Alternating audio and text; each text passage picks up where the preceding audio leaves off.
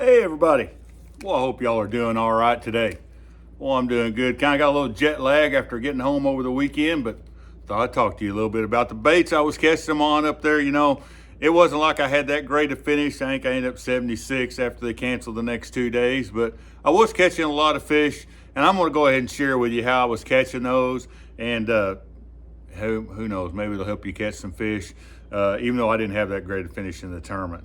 But I started out pre-fishing in the tournament, and man, I was just going up and down that Detroit River, just messing around with backwaters and stuff like that. And I really began to catch the majority of my fish right quick, which I like to flip. And I was just running around with a punch bug and a real heavy sinker. I also was using like a 3/8 ounce as well. I had two rigs rigged up, but I was just using a Strike King punch bug. It's one of my favorite little baits to pitch around, really, for all kind of stuff. It's kind of got a tube look with the two little legs. This one has a 1 ounce slip sinker on it, and then I was using a 4/0 trocar tube hook. It's the best hook for this bait because it's really thick. But this is what I really started catching them on the first day of pre-fish, just pitching around grass edges and boat docks and things like that. And even into the second day, I was still catching quite a few fish on this bait.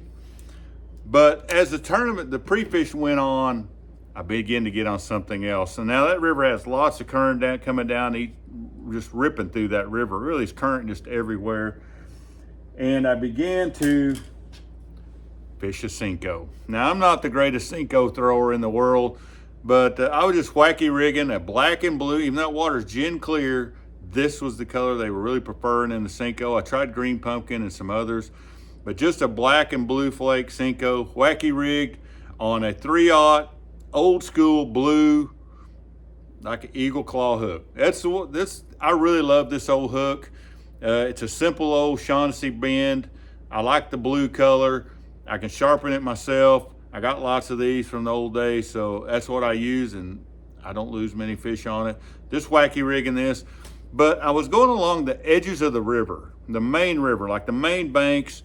And if you could find an outcropping of rocks or a nook in the bank, just throw this thing up into there and just let it, the more you could not move it, the better. Let the current do its thing. Throw it up in front of the rock pile or right in the eddy spot. Just let the bait just do its thing. More you could not move it, the better. And I began to catch some really nice fish on this smallmouth and largemouth mix. I caught a couple of 4-pound largemouth each day and a couple of smallmouth pre-fishing. So I was really getting dialed into the senko, but the whole time I was like, man, these fish would eat up I just know they would eat a floating worm. And a floating worm is one of my most favorite baits to throw. I love this thing. It's won me a lot of money over the years. It's always blended well with my shallow water type fishing with the spinner baits and flipping. And I throw it a lot. I throw it a lot in the summer. I throw it a lot into the fall. Probably the fall is my favorite time to throw this, even though I catch a lot on it in the spring. But just pink or methylate is by far still the best color, even into the fall time. And I had them in the truck and I kept forgetting them. Every day I'd get on the water and go, dang it, I forgot to get them pink worms. Finally, on the final day, I was like, I had half a day of fish. I'm like, I'm getting those pink worms. I'm gonna rig me up a rod with one and I'm gonna go out and fish it a little bit and either establish if they'll bite it or kind of get it out of my head and just focus on the senko and my pitching. So I went out the next morning, pulled on my first little, there's a kind of a riprap thing that stuck out, had some grass patches all around it, current moving right in on the tip of it, threw that pink worm out there, caught a 4-pound largemouth, like the third cast on it. And I was like, yep, here we go. Ended up catching another like 3-pounder on it that day. Ended up catching a big smallmouth later that day on it. And right then I was like, okay, I can add this to my senko. I've got something here. And I knew it's something nobody was throwing. These fish were all in pretty shallow water. I was rigging it 2 different ways. And I spent most of my time throwing this bait in the tournament. And one way was on that same 3/0 old Shaughnessy bend, kind of like Randy likes to rig it. Just just running it underneath the skin and then leaving a little bend. This is the way they liked it the best. I mean, this thing really, twists around in the water. Just rigged like that right there. On that rig, I'm not a huge braid to fluoro fan, but I learned something this tournament about having that little bit of fluoro leader that I didn't really realize, because I've been just tying directly to braid and kind of fighting it a little bit. What I realized was that 4 or 5 feet or 6 feet of fluoro on the end of my braid completely changes how much further I can throw this bait. It helps it sink better, and I can cast it so much further. I could be patient on getting it down with my braid, but I could throw it not even close to as far. The extra weight of that fluoro, and I had 8-pound test fluoro on 10-pound test Power Pro braid on all 3 of my spinning reels, just a medium 6.5 foot spinning rod. I like the shorter rod with that little bit of fluoro on the end. Really helped my casting distance with that bait. The water was super clear. I was wanting to make as long a cast as I possibly could up into these pockets. I would set in the main river in the current and cast up into those pockets where it was eddying, or there would be a pile of rocks or some grass maybe stopping the current. These largemouth, that's where if there was a little patch of grass against some rock that was making an eddy or something, that's where the largemouth were at. On that particular bait right there was the best. And those big smallmouth would come out and get it. I was rigging it 2 different ways. That one open hook way I liked by far the best, but I did have to keep one rigged up, just regular old Texas rig. And there was so much grass in the water that my senko or even that open hook rig, you could not throw it up there without it getting grass on the hook with that open hook. So I kept one rigged up, just standard old Texas rig. And I know a lot of people say don't rig a floating worm like this, but I'm just gonna tell you, I have caught so many bass on a 2-aught extra wide gap hook with just a floating worm Texas rigged on there like that. There's no earthly telling how many bass I've caught just twitching this around. But I kept this rigged up the whole time because when I pulled up on a spot that there was lots of that grass or pieces of grass in the water, or I made a cast with my other one open hook and it just got grass on it, I would pick this one up because it wouldn't get the grass on it, and I could twitch it down in there and get the bites on it. And I caught a couple of fish, actually 3 or 4 each day, or that day on the Texas rig one, in areas that I just couldn't get away with the open hook. So between the pink worm and the senko in the tournament, that's how I caught my 13-something pounds. Again, it wasn't nothing in the scheme of things, but one time I threw up on a little jetty rock deal sticking out there. Actually, it was indenting the bank and had hard current pushing in on it. I threw up past into the current. I was letting this pink worm it was actually the one with the open hook. I was letting it drift down. I could watch it in that clear water, and all of a sudden there was 3 giant smallmouth just come up there, and they was just, you could see them milling all around that worm. I'm like, oh, come on, one of y'all eat it. And then all of a sudden I just see my worm go away. Ended up being one of those big smallmouth I caught. I was looking forward to getting back that spot the next day. I fished it later on, didn't get a bite, but I was like, I know there's another big one there.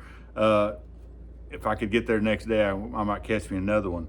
The way I was doing some of my pre-fishing was, once I realized these fish were sitting that shallow on these little current spots, I just began to do like you bed fish. I would just troll around looking. And I'd go, oh, there's a fish sitting right there in that little pocket. And there's a fish sitting right up here. Instead of going along catching them, I would just go along and see where fish were hanging out, where they were trying to live in that current. Then I would put a waypoint there, and that'd give me a spot to go hit. And I just worked through spots like that all day. Actually, I didn't have time to hit all my spots. I was really, going, I'm gonna find enough fish for 2 or 3 days. And when you would pull up and see one sitting in those spots, they weren't little ones. They were very quality fish, 3-pound plus type fish sitting in that current.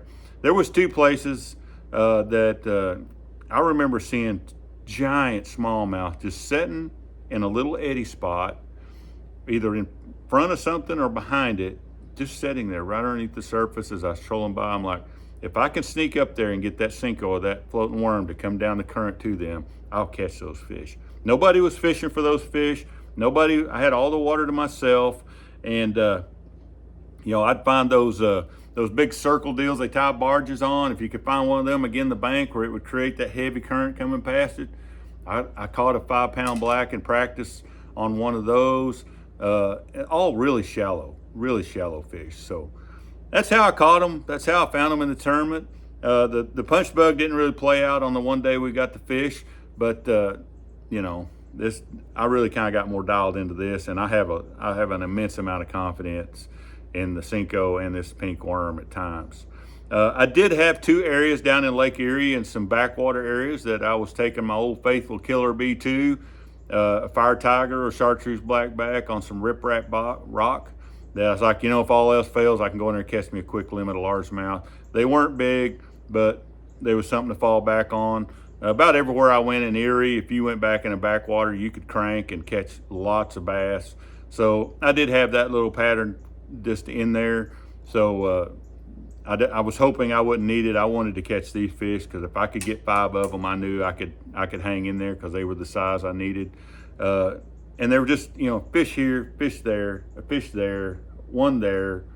And I enjoy fishing that way. I like running around, hitting very specific spots, picking around at them.